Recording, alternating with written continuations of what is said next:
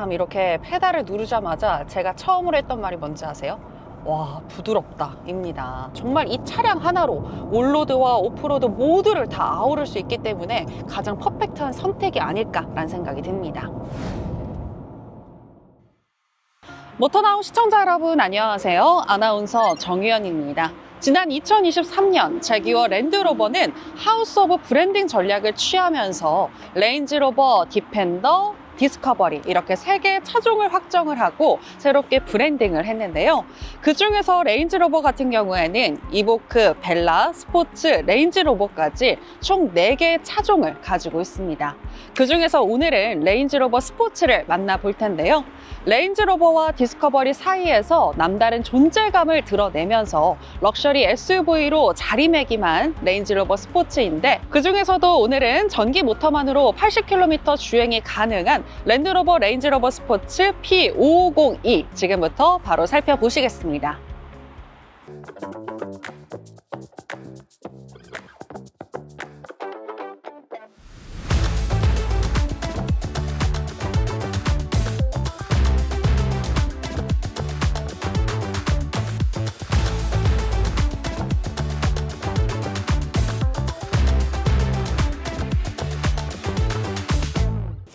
네, 그럼 전면부 디자인부터 살펴보시겠습니다. 전반적으로 봤을 때 레인지로버보다는 벨라와 더 비슷한 디자인 형태를 취하고 있는 모습 나타나고 있는데요. 일단 저는 매끈하게 빠진 모습, 그리고 이 보닛은 살짝 볼륨감도 갖추고 있는데, 이런 모습이 이번 레인지로버 세대의 디자인적인 특징을 제대로 보여주고 있는 것 같습니다. 그리고 지금 보시게 되면 헤드램프는 이 차체에 비해서 날렵하게 디자인이 되어 있는데요. 날렵하게 생긴 헤드라이트는 디지털 LED 헤드램프 옵션으로 무려 500m 범위의 밝은 시야를 확보해 준다고 하는데요.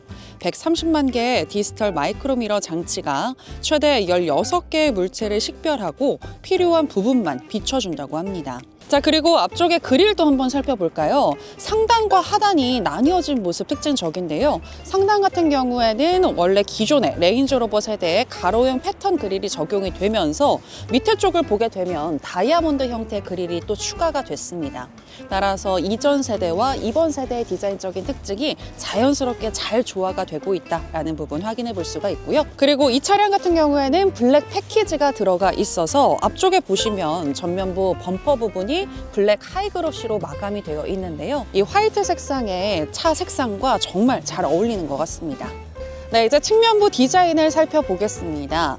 레인지로버 스포츠 같은 경우에는 전장이 5m 가까이 되기 때문에 확실히 우람한 차체를 뽐내고 있는데요. 하지만 루프라인 같은 경우에는 뒤쪽으로 올수록 이렇게 밑으로 살짝 떨어지면서 날렵한 모습까지 가미한 모습 만나보실 수가 있습니다. 자, 그리고 랜드로버의 헤리티지를 제대로 보여주는 부분이 바로 이 벨트라인 위에 필러 같은 경우에는 블랙 하이그로시로 처리가 됐다라는 부분인데요. 이렇게 블랙 하이그로시 와 함께 또 이 루프 라인까지 블랙으로 옵션을 선택을 하신다면 전반적으로 윗부분이 다 블랙이 되면서 더 고급스러워 보이지 않을까라는 생각이 듭니다. 저는 너무나도 마음에 드는 게 이 매끄러운 측면 라인인데요. 휠을 소지하고 가까이에 갔을 때 이렇게 자연스럽게 또 나오는 오토 플러시 도어 핸들이 들어가 있습니다.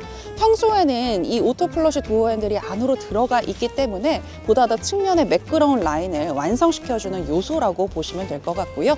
그리고 지금 이 차량에는 승하차를 더 잘 편하게 도와주는 옆에 사이드 스텝도 들어가 있는데요. 이 사이드 스텝은 옵션으로 선택을 하실 수가 있다고 합니다.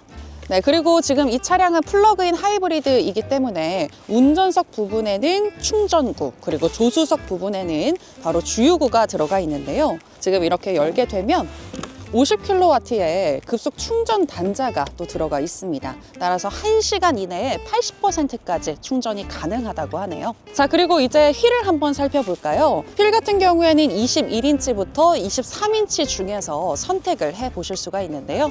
지금 이 차량 같은 경우에는 22인치의 휠이 들어가 있고요. 전반적으로는 5131 스타일의 알로이 휠이 들어가 있고, 타이어는 285, 45, R22인치의 미쉐린 타이어가 장착되어 있습니다.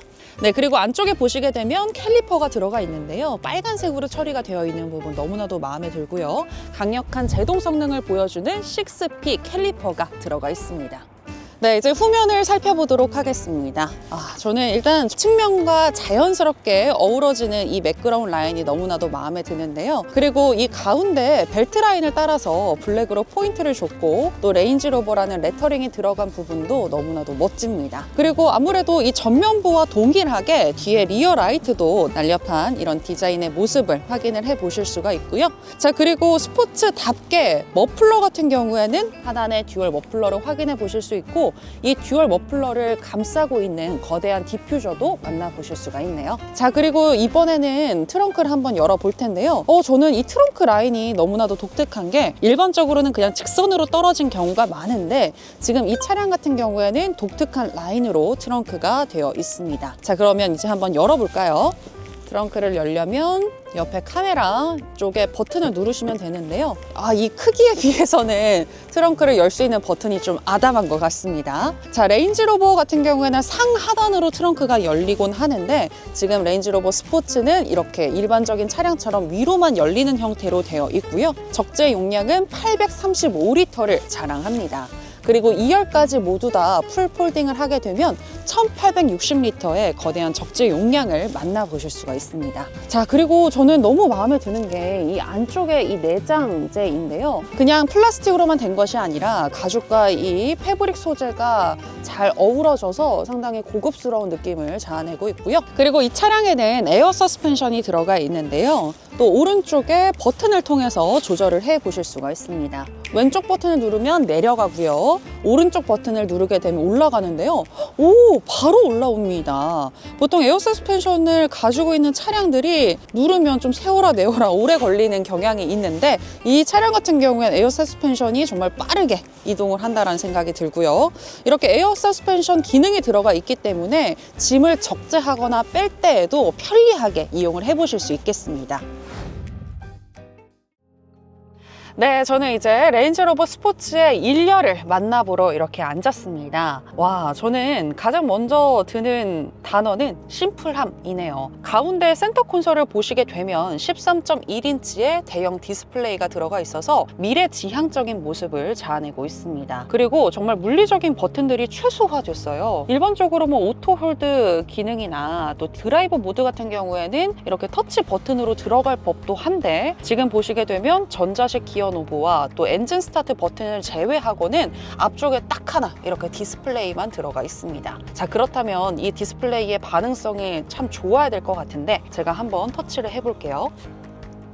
터치감이 너무 좋은데요? 그리고 바로바로 반응을 하네요. 지금 이렇게 온도를 조절을 할 때에도 누르면 바로바로 이렇게 반응하는 모습 나타납니다. 네, 지금 이 디스플레이가 우리나라 LG의 OLED 기술이 들어가 있다고 하는데 확실히 남다른 것 같습니다. 그리고 이렇게 안쪽에 공조 장치는 직선으로 들어가 있고요. 이 위에 대시보드가 들어가 있는데 이런 대시보드의 느낌이나 또 전반적인 가죽의 느낌이 너무나도 좋습니다. 그리고 딱 제가 앉았을 때 마치 소파에 앉아 있는 듯한 그런 편안한 착좌감이 느껴지는데요. 이 차량에는 나파 가죽보다 조금 더 내구성도 좋고 또 좋은 품질의 세미 아닐린 가죽이 적용이 됐다고 하는데 이것도 이렇게나 좋은데 또 이 위에 상위 트림으로 또 옵션으로 선택해 볼 수 있는 윈저 가죽이 있다라고 하거든요. 윈저 가죽을 선택을 한다면 또 얼마나 좋은 착좌감이 느껴질지 너무나도 기대가 됩니다. 자, 그리고 지금 이 스티어링 휠 같은 경우에는 아무래도 이 차급에 맞게 좀 스티어링 휠도 크게 디자인이 되어 있는데요. 그리고 정말 동그랗습니다.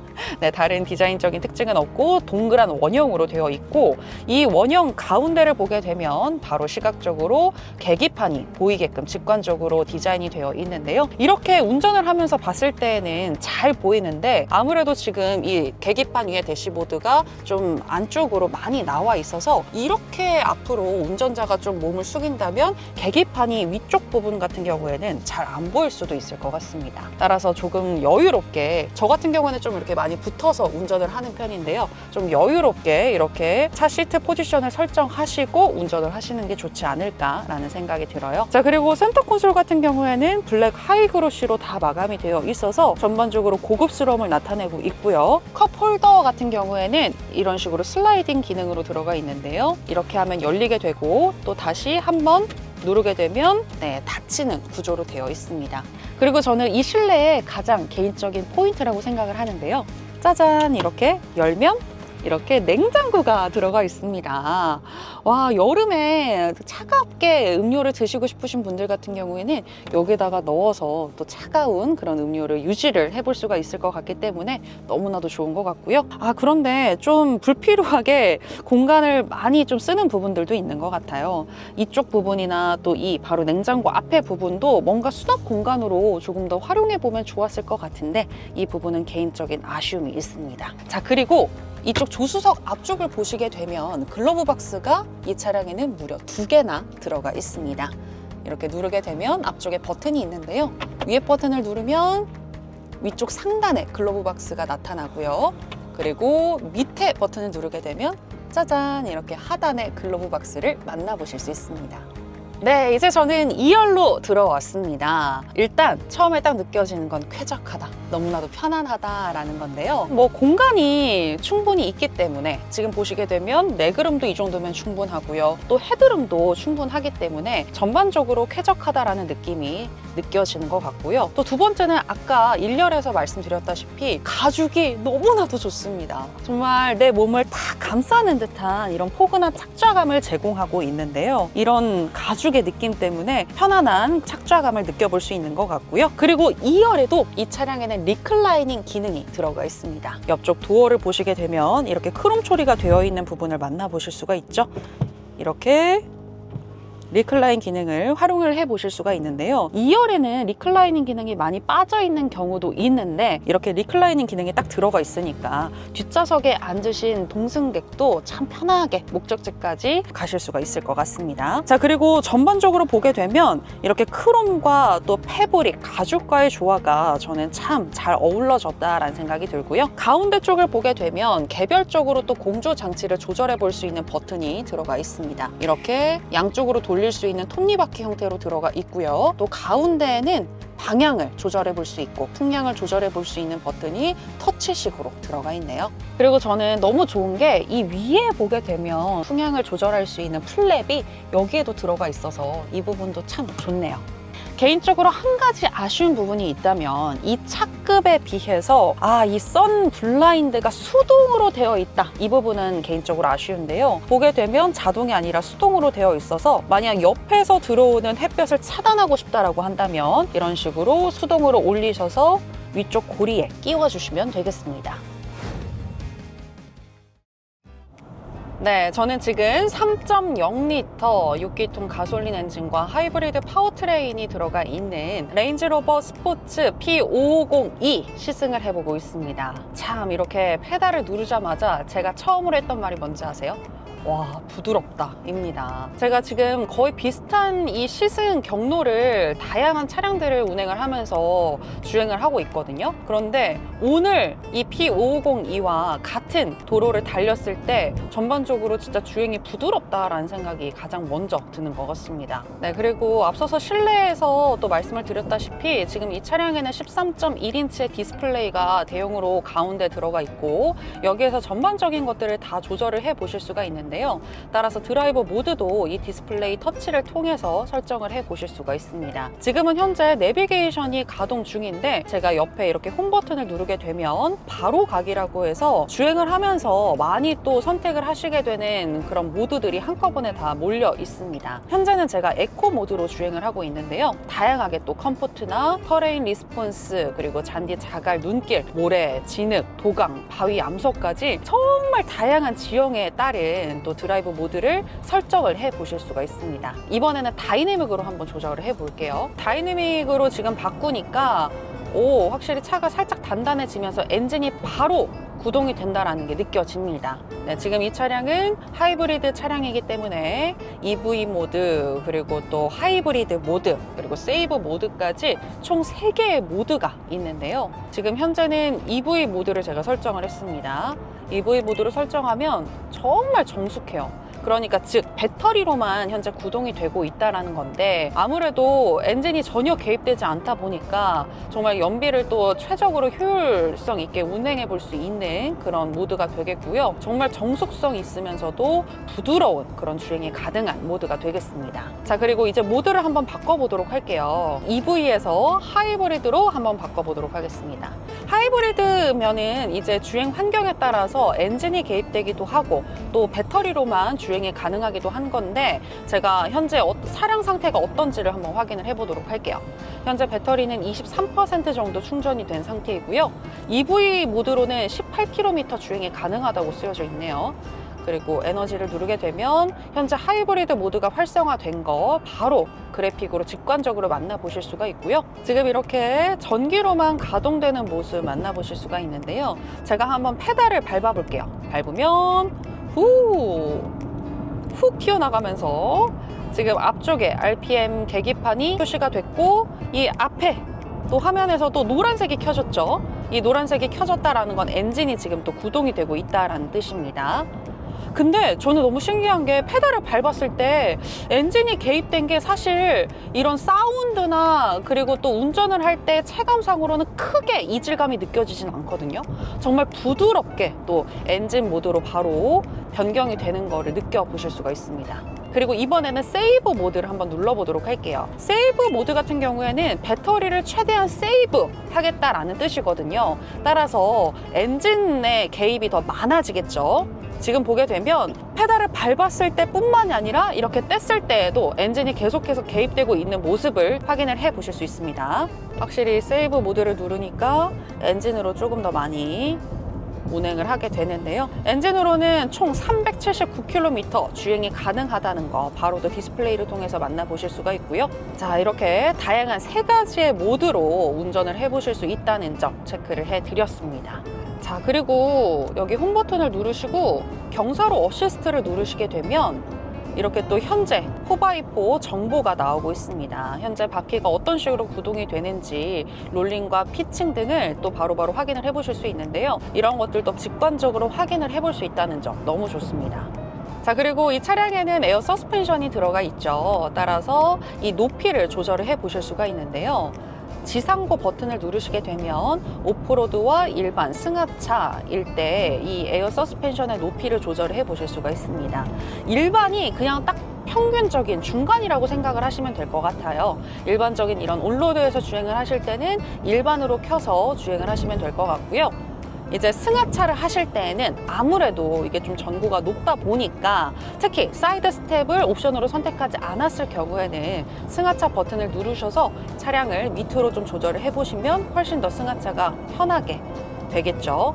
오프로드 구간에서는 이 오프로드 버튼을 누르게 되면 조금 더 이 높이가 올라가서 이 오프로드에서 만날 수 있는 다양한 그런 장애물들을 피할 수 있는 그런 높이로 설정이 됩니다. 자, 그리고 드라이브 모드가 정말 다양하게 들어가 있다라고 말씀을 드렸잖아요. 옆에 좌측에 모드 버튼을 누르게 되면 이렇게 이제 온로드에서 가장 많이 쓰는 드라이브 모드 다이내믹 컴포트 에코가 바로 이렇게 위에 3개가 들어가 있고요. 오프로드일 때는 여기 오프로드 모드를 누르시면 또 이렇게 다양한 것들을 만나보실 수가 있습니다.